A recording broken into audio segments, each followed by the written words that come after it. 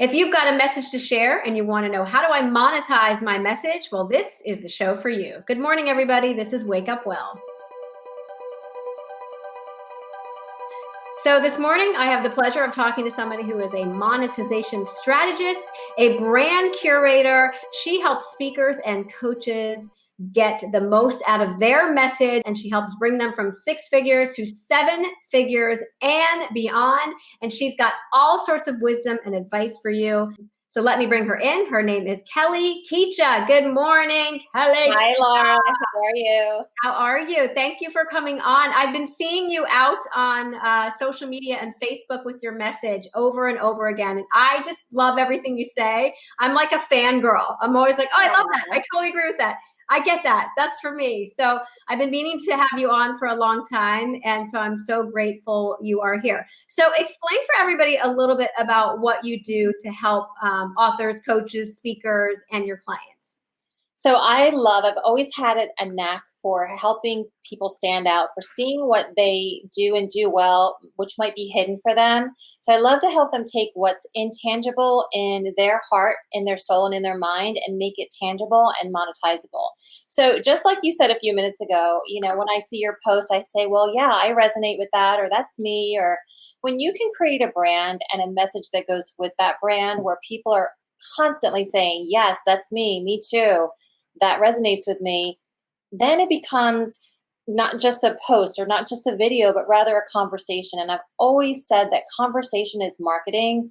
So if you are basically creating your own reality show every day online through social media, through sharing your message, through sharing your adversities, your gifts, you can create a brand strategy that enables your brand to do all the heavy lifting for you, and then turn that into a monetization strategy that enables you to really just live your life being who you are, but make money doing it. Your story's your glory. That's what I always say. I love that. What was your why? Why did you get into this, and why did you want to do it? Well, I think I was adopted. So when I came to America as a little girl and I was adopted into the family I was adopted into, I was the dark hair, dark skinned child in a very light skinned family. And so fitting in was never something I felt comfortable with in my family or at school. I seemed to always be on the outer skirts of all the popularity. So it became imperative for me as a survival skill to learn how to stand out, learn how to be seen, learn how to be heard. And it was not easy in the younger years. As I moved into adulthood and I started embracing social media, I started building a career, I learned that standing out became something that I had a knack for. So I took that and I turned it into a career that enabled me to help my clients go from obscurity where no one knew them to what I refer to as brand omnipresence. So that's pretty much how the whole thing began, was with my own challenges of not being seen and heard or understood. Now, many years later, I've learned how to embrace all of who I am. I call them facets, just like you have a diamond that has many facets. I love to help celebrate a woman's multitude of facets and put them on display for the world to see and embrace. And through that, conversation is created.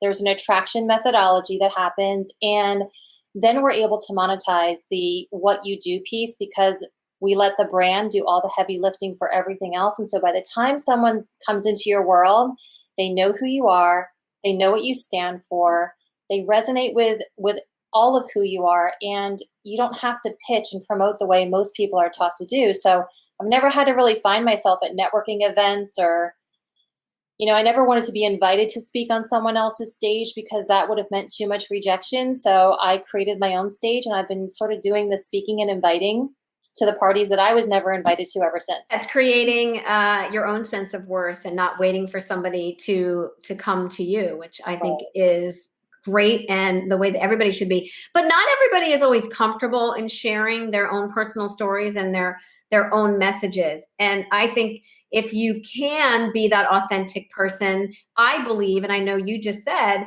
that that's what people resonate with. They resonate with your story because we all have a story. We're all going through different things in our life, and everything is leading you towards what it is you're supposed to be doing. How are you here to serve, and what are you here to put out in the world? And it really goes back to your story. So I would tell people, don't be afraid to share your truth, even if it's scary, because Right. that's the most important piece of who you are. So tell me a little bit about how you work with your clients. Like, what are some strategies that you would tell them in order to help monetize that message? So I typically work with people who are already speakers. I know speaking was so hard for me to learn in my early days as a network marketer in my early 20s. It was so difficult for me to embrace speaking. I would throw up, I would pass out. It was just something that did not come easy for me. I see people all the time, like my husband, who can just stand up to a crowd of unknown people and speak. That wasn't the case for me. So I know what it takes to learn how to use your voice, and there's a little bit of a mountain to climb there. So I typically work with coaches and speakers who are already at six figures and they can't seem to get to seven. You know, we've all been there. We've all been stuck at that six-figure ceiling and you can't figure out what's really wrong. You know, you've got a great brand, got beautiful images and photos and a website, but no one's knocking at your door. It's usually some real simple tweaks, Laura, that people need to make within their processes that are what's holding them back. All I have to do is sit there and listen to someone on the very first session I spend with them. And the concept for what they're meant to be doing in the world usually comes out right in their own words. So, my very first step in my process is to have you share every single word that represents all of who you are.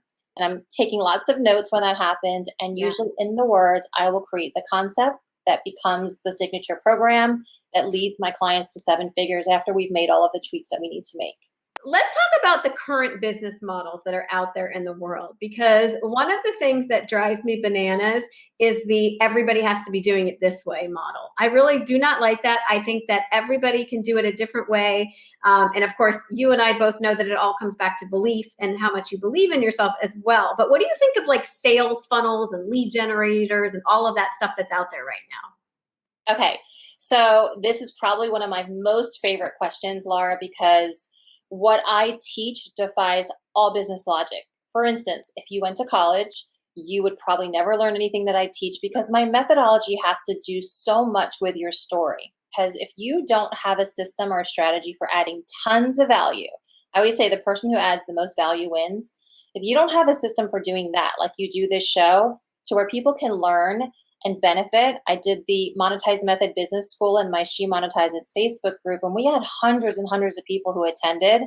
And then I launched my Monetize Method Mastery course and we filled it. So when you ask me what systems I like, they are very non-traditional. I know that there are lots of systems out there. I know that people have lots of ad campaigns that they use and ad companies, marketing companies.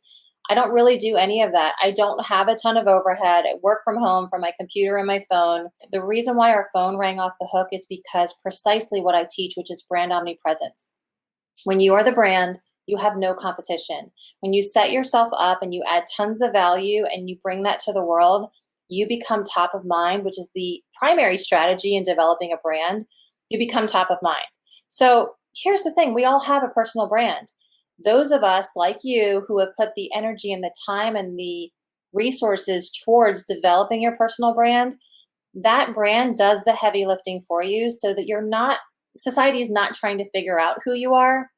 And nothing could be more uncomfortable than going to a networking event, handing out your card, which I don't even have any business cards right now. And people say, "Can you tell me what you do?" Like, I just don't like that, being in that position of having to convince someone or having to show someone a portfolio. When you get to the point that someone's interested in doing business with you, you want them to say, "Oh, Kellie or Laura, I've heard all about you." I walked into a speaking engagement a couple years ago Absolutely. in Yep. New York, and Les Brown said to me, "You must be Kellie Kuecha." He even said my name right.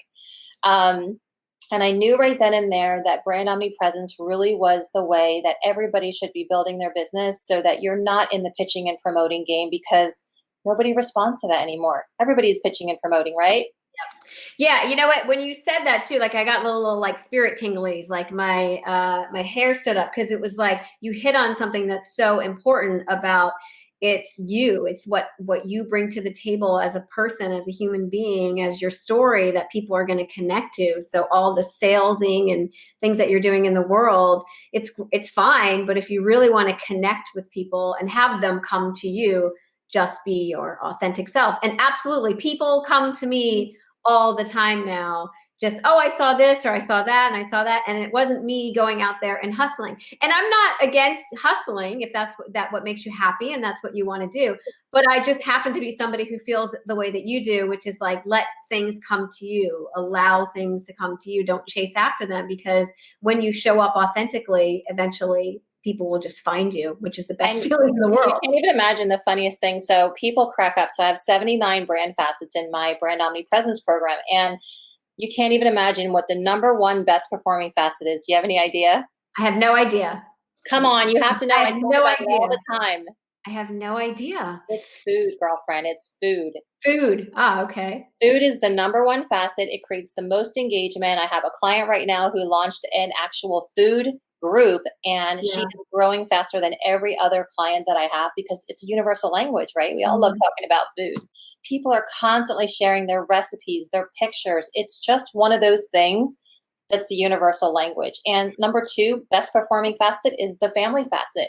So whenever you show a picture of your kids or you show a picture of your family, people go gaga over that. And so nobody would think that that's a business strategy, but you know that when all eyes are on you and the conversation is on your page as opposed to someone else's, that right there is noteworthy. It's monetizable. It creates community. It creates conversation.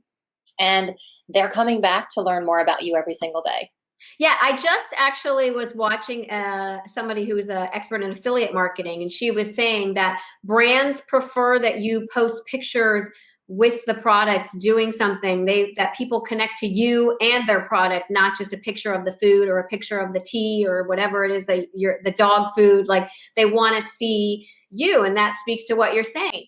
It is not about, and this is why I don't love Instagram. It's not about staging that you have this perfect life. You know, my husband and I, when we have our clients do videos on their opt-in pages, they're usually very organic in their home, at their desk. They're not with a professional camera. It's with their phone. You know, Instagram to me feels like I have to create this pretty world so the world follows me. Facebook, on the other hand, to me is like, I can be who I am, and that's good enough. So there doesn't have to be this long, let's do a photo shoot this week because we need to make sure we have enough content for whatever or for our affiliates. I don't listen to podcasts. I don't, when I was in network marketing, I didn't listen to all the people who were teaching generic things in the industry.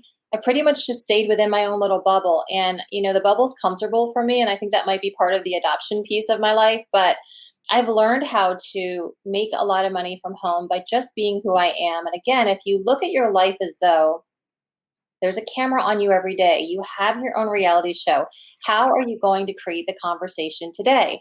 We spend our time really reaching and connecting and building community, because as an adoptee, Laura, who felt like she never fit in, my entire goal in life was to find a place where everybody was accepted. And if I couldn't find it, I had to create it. So I've been creating community ever since. And again, as an adoptee, it became a survival thing for me to constantly look around and see who looked like me, who was like me, who had similar characteristics as me, who could be my family. You know, I think it's an intrinsic thing inside of you that you're always wondering who is your family, since you didn't get to meet your family. And of course, you know, that all changed 4 years ago. But, you know, my biggest adversities in life became my biggest attributes, my biggest strengths, because I was the girl who had made $1 million from sharing my speech, my signature speech on branding, which began with a story of how I grew up so lost.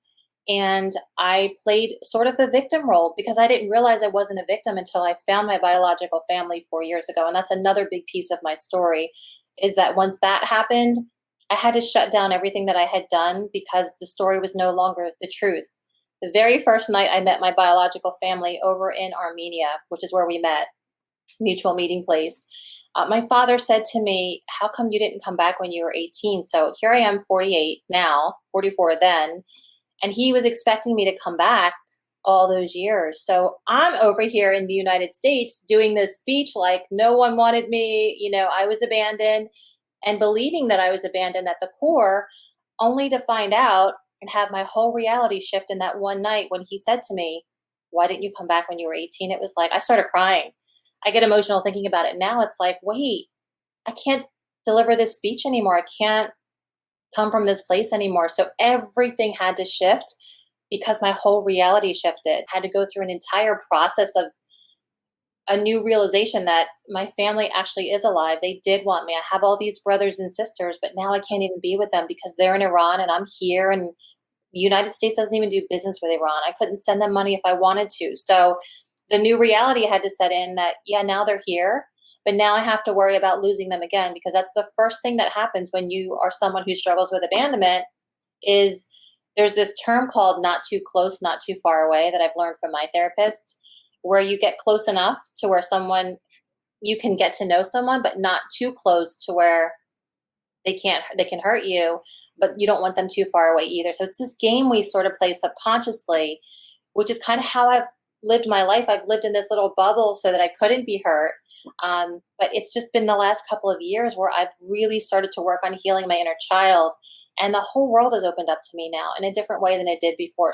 Does that make sense? Yeah, and then you just ended up using your new reality of, Yes. and that's the thing about life is we're going to change. Things are going to change. Not everything's going to stay constant. You have to be able to move through whatever challenges come your way and figure out who you are from there. And I'm sure that the next speech will just be about that authentic moment in your life and how that changed you. And then that will inform your business into the future. Business is never just business, Laura. You know that. There are so many dynamics to our story, our past, our journey, who we are, how we came to be. And if I can sit with someone just for a half an hour, I want to know what were some of the most difficult turning points in your life, the most difficult challenges. And I will take those and show you how you can monetize that very story. And I think you know that the same year that I found my family, my daughter was on her deathbed. I had slowed things down because she was so sick with Crohn's disease. We didn't know if we were going to lose her. She had gone from 130 pounds to 95 pounds, bedridden, not eating, and in the hospital. And, talk about having the worst year and the best year of your life at the same time. Then my family comes into the picture through the Facebook Messenger spam box. It was a miracle I even found the message, but they came into the picture. My marriage was falling apart, and it took everything that I could just to get up every day, because I was so just torn and depressed and then in shock that my family was in the picture.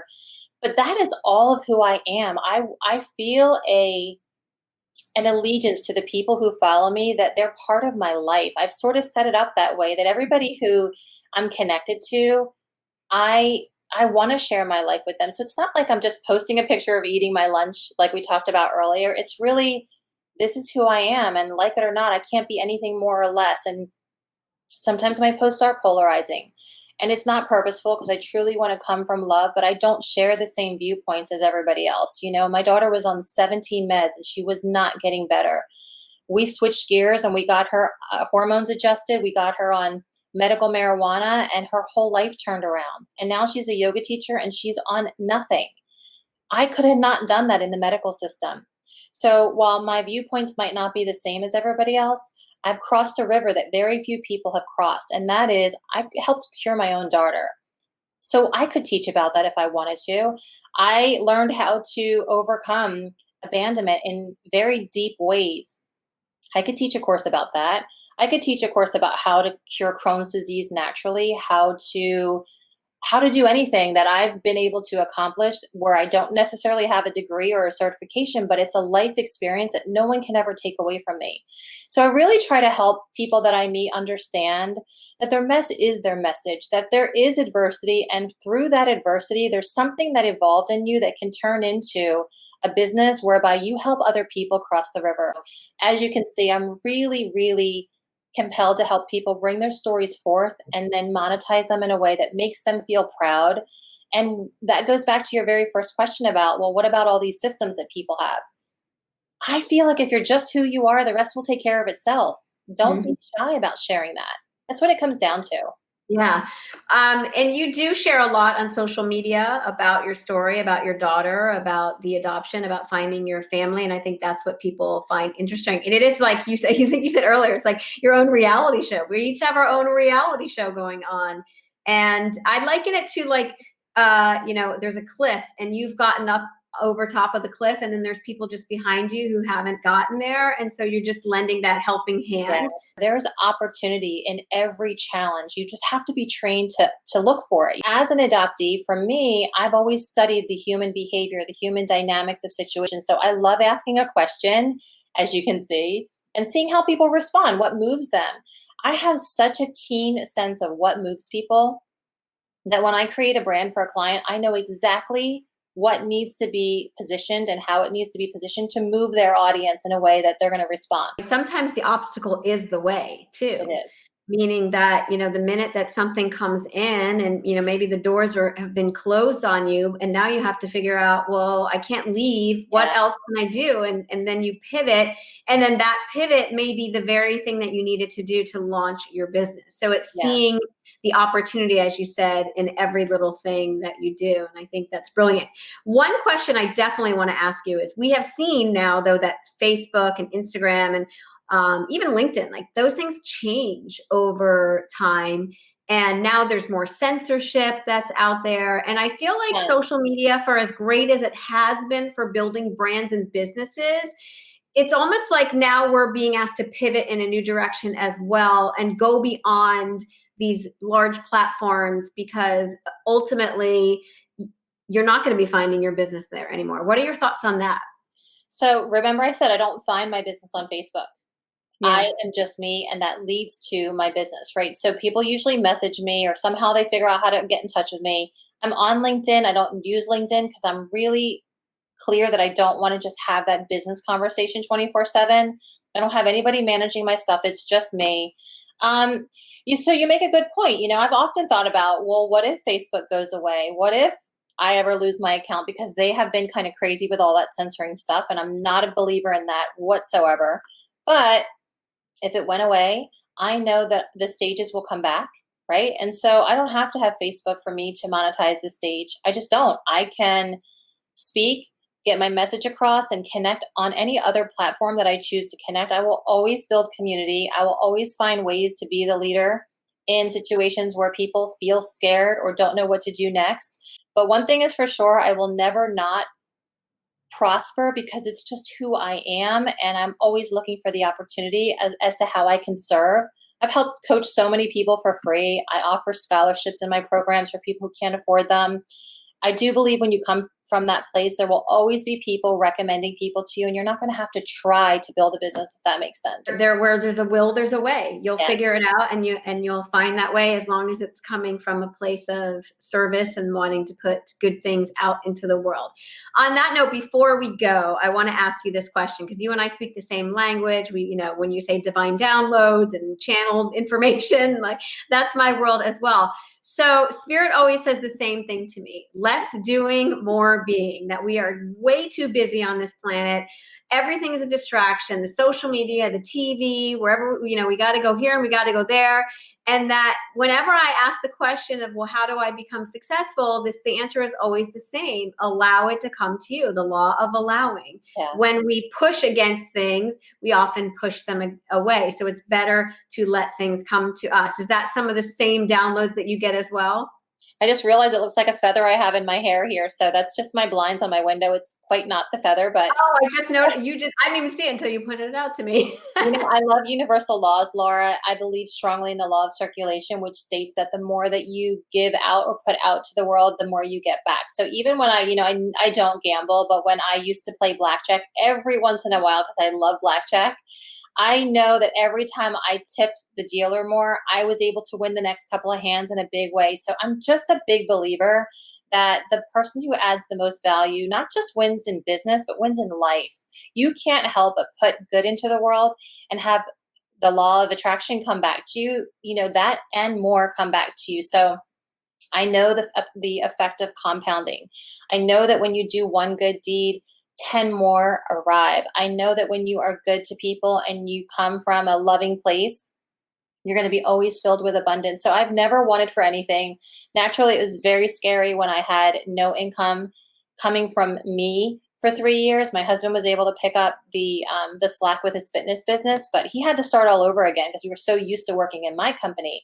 But in those 3 years, we found a way to survive, despite the fact that my daughter she accumulated about $1 million in medical bills in the very first year of that disease. So when I could no longer have my conferences, I wasn't doing coaching, literally everything dried up. We still made it. I never had to sell anything. I never had to file bankruptcy. I'm just very blessed that no matter what, there were times I couldn't even afford to spend $5.